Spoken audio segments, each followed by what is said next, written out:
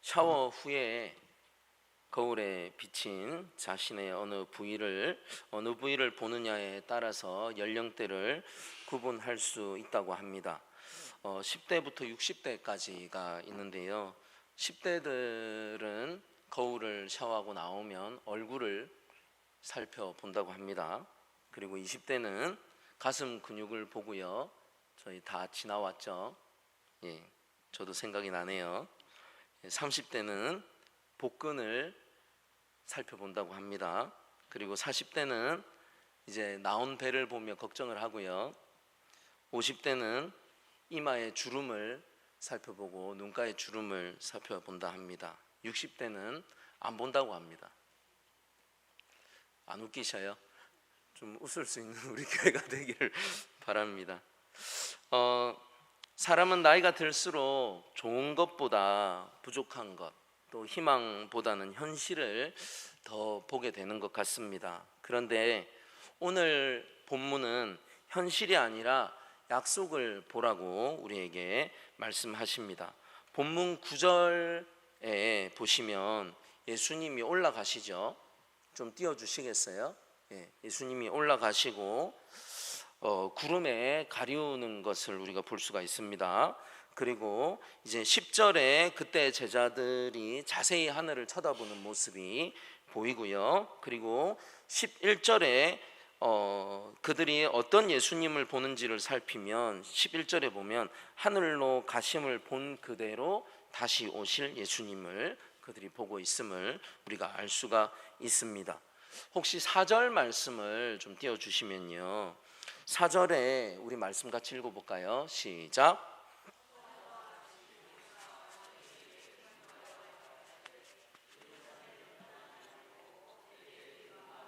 아버지의 약속하신 것을 기다리라. 아버지의 약속하신 것을 기다리라고 하는 말씀이 있죠. 그러니까 하나님의 약속이 있었습니다. 이 약속은 분명히 희망입니다. 희망이 있었죠. 그리고 이제 9절에 다시 보시면요, 구름이 저를 가리워서 보이지 않게 되죠. 희망을 바라고 약속을 바라고 그 희망을 가지고 있는 자들인데, 그런데 왜 그 모습을 하나님은 구름에 가리워서 보이지 않게 하셨는지 궁금할 수밖에 없습니다.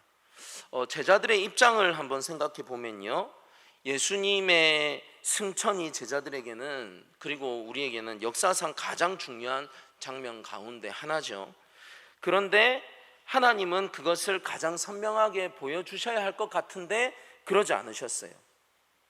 그러면서 하나님은 가장 중요한 이 순간에 구름을 보내신 것을 우리가 알 수가 있습니다. 선명해야 하는데 구름으로 그 모습들이 가리워 보입니다.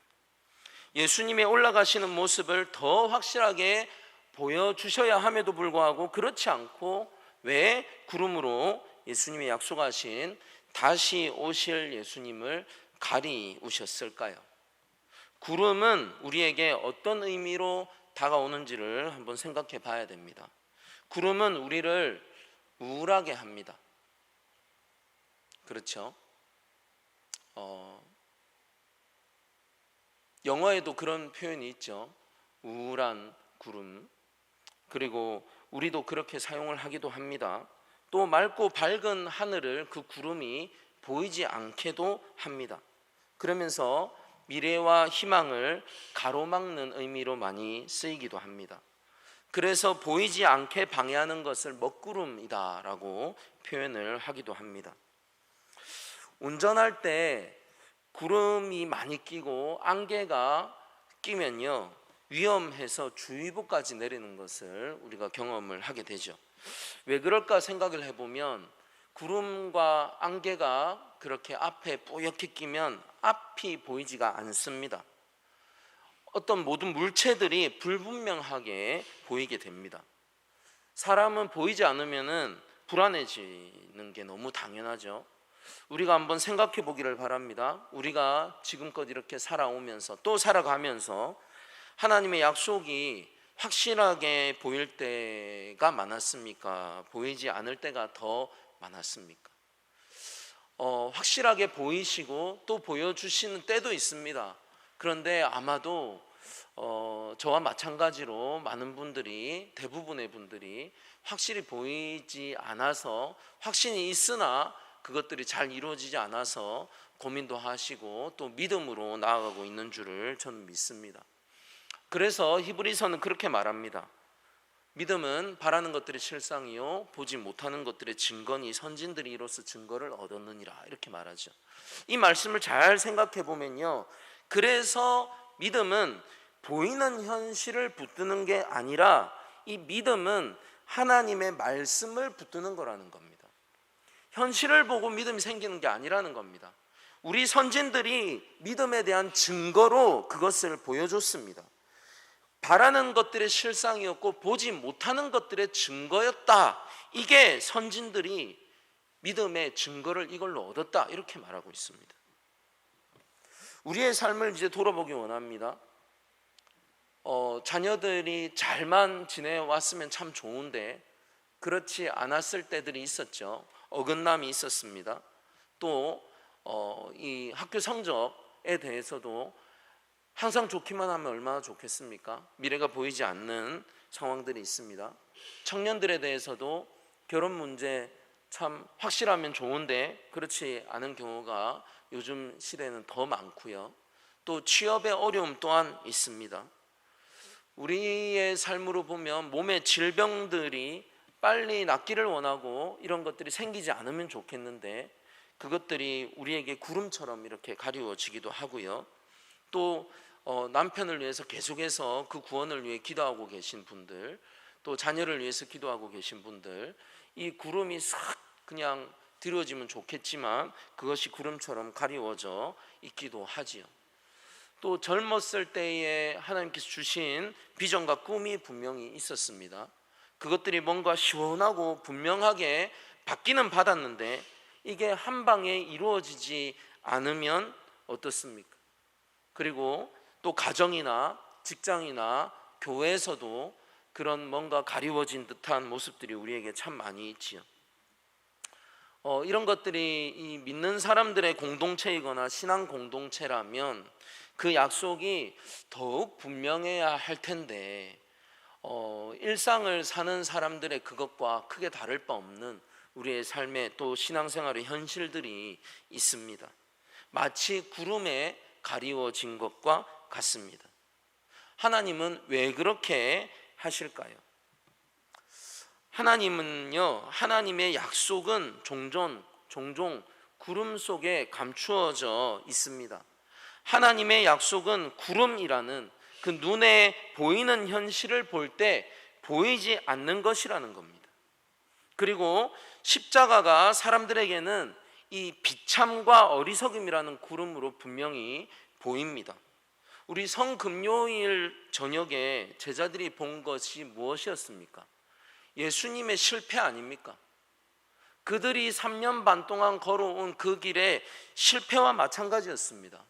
그러나 하나님은 그 현실에서는 실패처럼 보이는 그 십자가 안에 그 당시에는 보이지 않는 부활을 분명히 담아 두셨음을 우리는 고백할 수 있습니다.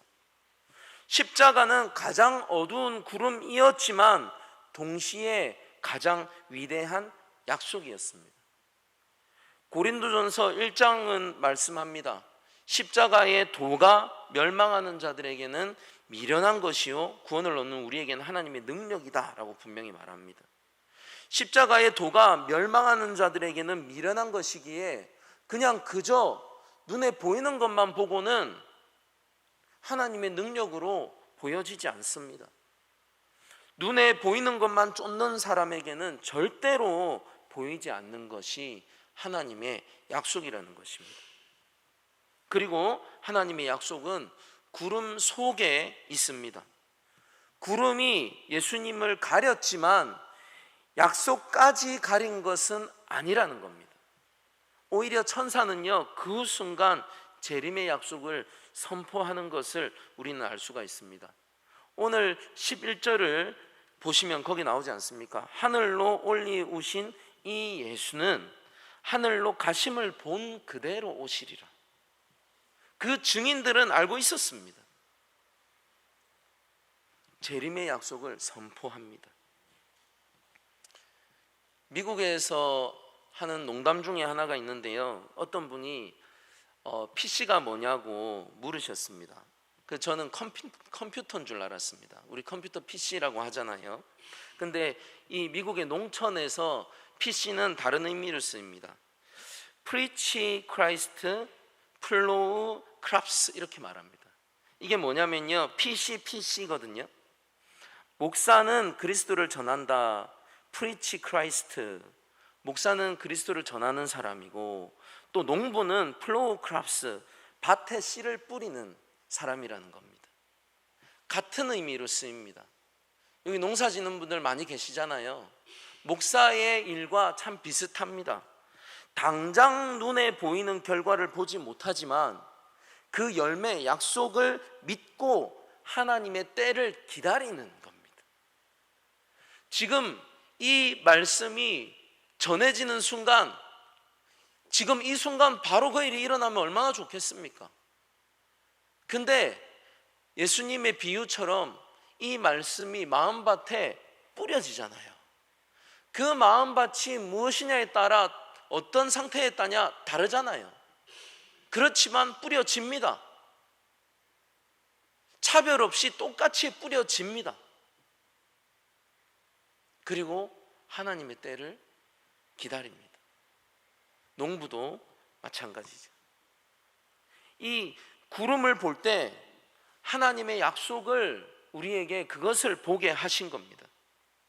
사람들은 구름을 볼 때 실망하기도 하고 불안하기도 하고 좌절이 느껴지고 불확실함으로 그것이 보이지만, 하나님의 사람들은 하나님의 약속을 보도록 하셨다는 것을 믿으시기를 간절히 바랍니다. 왜냐하면요, 하나님은 구름마저도 하나님의 약속을 이루는 도구로 사용하시기 때문입니다. 이 구름마저도. 로마서 8장 28절 우리 함께 읽겠습니다. 시작.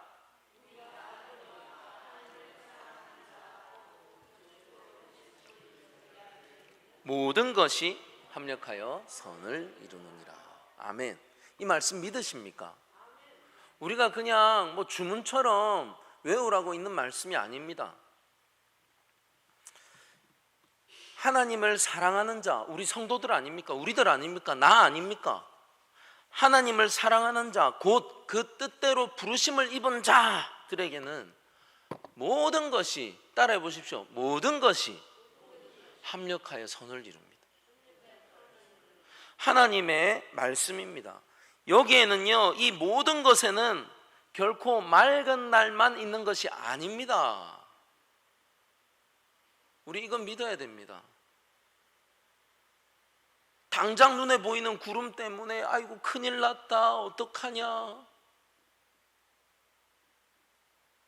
모든 것이 합력하여 우리의 고백이 되어야 합니다. 아멘. 우리의 고백이 되어야 합니다. 모든 것이 합력하여. 구름 낀 날도 있고 비 오는 날도 있고 폭풍우 치는 날도 있습니다.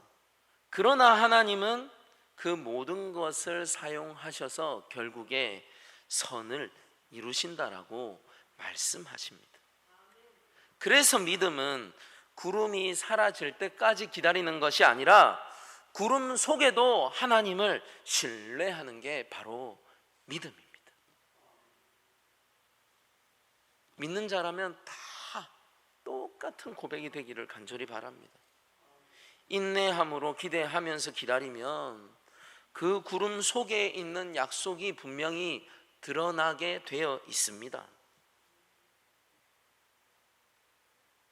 아마 아실 분들은 아실 겁니다. 지난번에 바로 앞절을 함께 나눴었습니다. 그때 이 사도행전 1장 설교에서 보셨던 것처럼 재림도 그렇고 성령 강림도 그렇고 하나님은 언제나 약속하신 것을 결국 이루셨습니다. 이게 변치 않는 하나님이시고 변치 않는 불변하시는 하나님의 약속이라는 것입니다. 우리가 하나님의 말씀을 하나님의 말씀으로 믿잖아요. 이 성경을 그냥 거룩한 경전, 여기에서 끝나면 다른 곳에 있는 다른 종교에 있는 경전하고 다를 바가 없습니다. 우리는 이것을 하나님의 말씀으로 믿습니다. 하나님의 말씀은 불변합니다.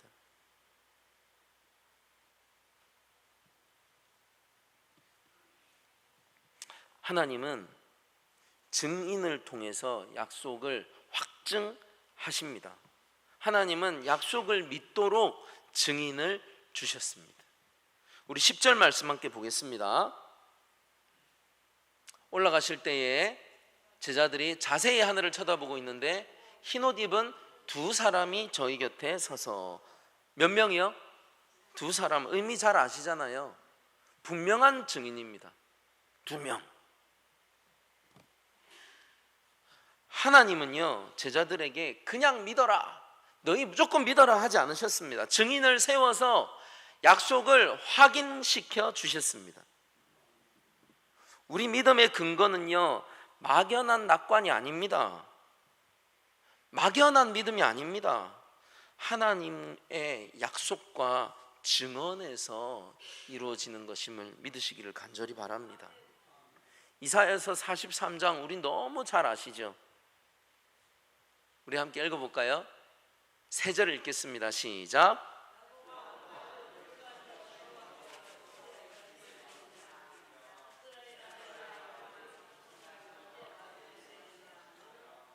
너는 두려워 말라. 내가 너를 구속하였고 내가 너를 지명하여 불렀나니 너는 내 것이라. 네가 물 가운데로 지날 때에 내가 함께 할 것이라.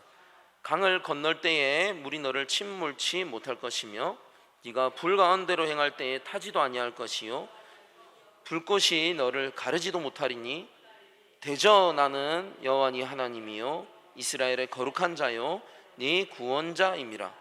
내가 애굽을 너의 속량물로 굿과 스바를 너의 대신으로 주었노라. 아멘.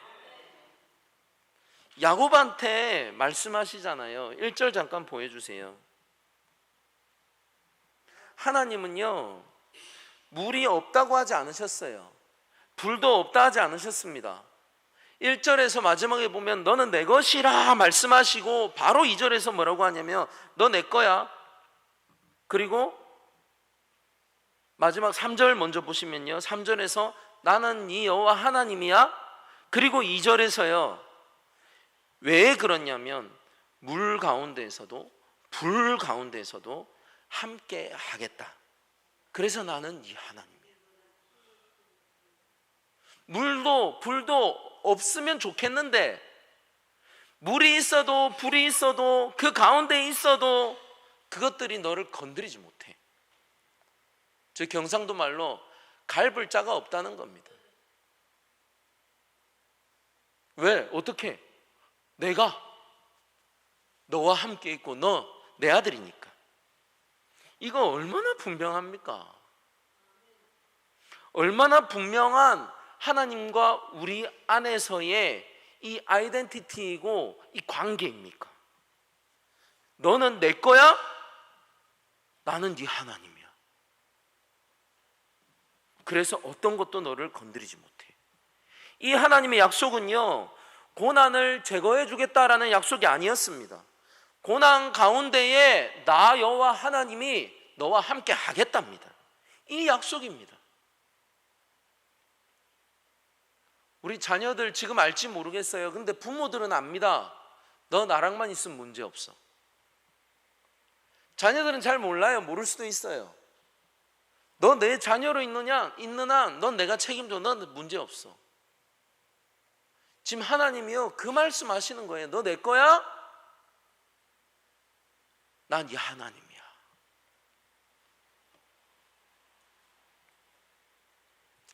우리 오늘 예배 시작 때 함께 부르신 찬송 539장 이 몸의 소망 무엔가 2절에 보면요, 무섭게 바람 부는 밤, 뭐라고 하죠? 물결이 높이 설릴 때, 그 다음요, 우리 주 크신 은혜에 소망에 닿칠 주리라. 바람이 무섭고 높은 물결이 일렁일 때, 이때가 언제입니까? 죽음이 앞에 있는 것 같을 때 아닙니까? 이때에 닻을 주는데 이 닻이 소망의 닻이래요. 하나님 은혜의 소망을 이 죽음 앞에서 볼 수 있는 자가 하나님의 자녀라는 겁니다.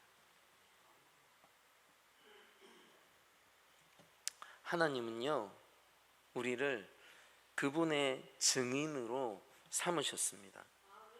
구름을 보고 하나님의 약속이 무엇인지를 보여주신 하나님께서 우리에게 구름을 볼 때마다 하나님의 약속을 증거하게 하신 거예요. 아, 저 구름 속에 예수님 올라가셨어. 저 구름을 보고 예수님 올라가시는 걸 보고 확실히 보이지 않을 때 이 증인들이 한 말을 나는 들었어. 다시 오신대. 다시 오신대. 옆에 있던 사람들은 그거 이제 말해야 되는 거예요. 다시 오실 예수. 확신 있게 말할 수 있는 주의 자녀들, 주의 제자들, 그게 우리라는 겁니다.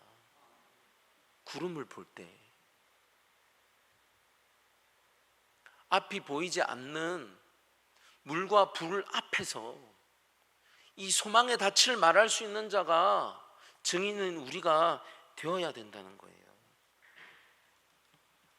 농사에 분명히 햇빛이 있어야죠. 근데 햇빛만 있으면 어떻게 됩니까? 햇빛이 중요하지만 말라 비틀어지지 않습니까? 죽음이 옵니다. 때때로 구름도 와야 되고요. 이 어떤 곳에서는 이 어두움과 고난을 상징하는 것 같은 이 구름, 비, 그늘, 이런 것들도 농사에 꼭 필요한 요소잖아요. 이것들이 적당히 있어야 쉼이 있고 성장이 있고 내일이 있는 걸 우리는 분명히 압니다. 하나님은요, 때로 구름 같은 현실 속에 이 약속을 담아 두십니다. 구름을 볼 때 분명하신 하나님의 약속을 우리가 기억할 수 있기를 간절히 바랍니다. 고난을 볼 때 분명하신 하나님의 약속을 기억할 수 있기를 바랍니다. 하나님은 우리를 약속의 증인으로 삼으셨습니다. 우리가 구름 같은 현실 속에서도 믿음으로 살아갈 때 세상은요, 우리를 통해서 이 하나님의 약속을 보게 되는 겁니다. 오늘의 현실이 암담한 구름처럼 보이더라도 낙심하지 않으시기를 간절히 원합니다. 고통과 고난의 연속이라도 낙심하지 않으시기를 간절히 바랍니다. 구름과 같은 나의 삶에 하나님의 약속이 함께 하심을 세상이 보게 하시는 분이 바로 우리 하나님이심을 믿으시기를 간절히 바랍니다. 우리 외사립교회 성도들의 삶에 구름이 낄 때가 있습니다. 또 우리 교회도 그럴 때가 올 수도 있습니다. 지금이 그때일 수도 있습니다. 그런데 그 구름 속에 하나님의 약속이 담겨 있음을 믿으시기를 간절히 바랍니다. 우리 교회의 미래의 약속을 우리는 다 볼 수는 없습니다. 그럼에도 불구하고 지금의 현실이 전부가 아니라는 것입니다. 하나님의 약속이 그 속에, 그 구름 속에 있습니다. 속으로 다 아멘하고 계시죠? 예. 우리 사랑하는 외설교회 성도님들, 하나님은요, 우리를 약속의 증인으로 삼으십니다. 하나님께서 구름 속에 약속을 담아 두셨으면 이제 하나님은 우리를 통해서 그 약속을 세상이 보게 하심을 믿으시기를 원합니다. 마태복음 5장 말씀 잠깐 읽겠습니다. 시작.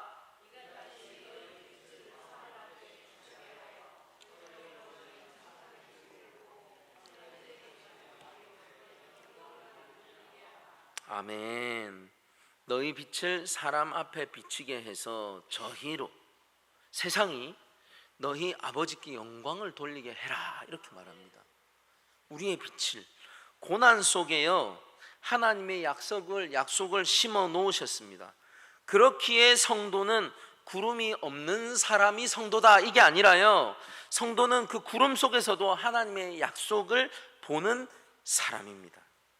그리고 세상이 그 약속을 보도록 살아가는 사람이 바로 성도입니다.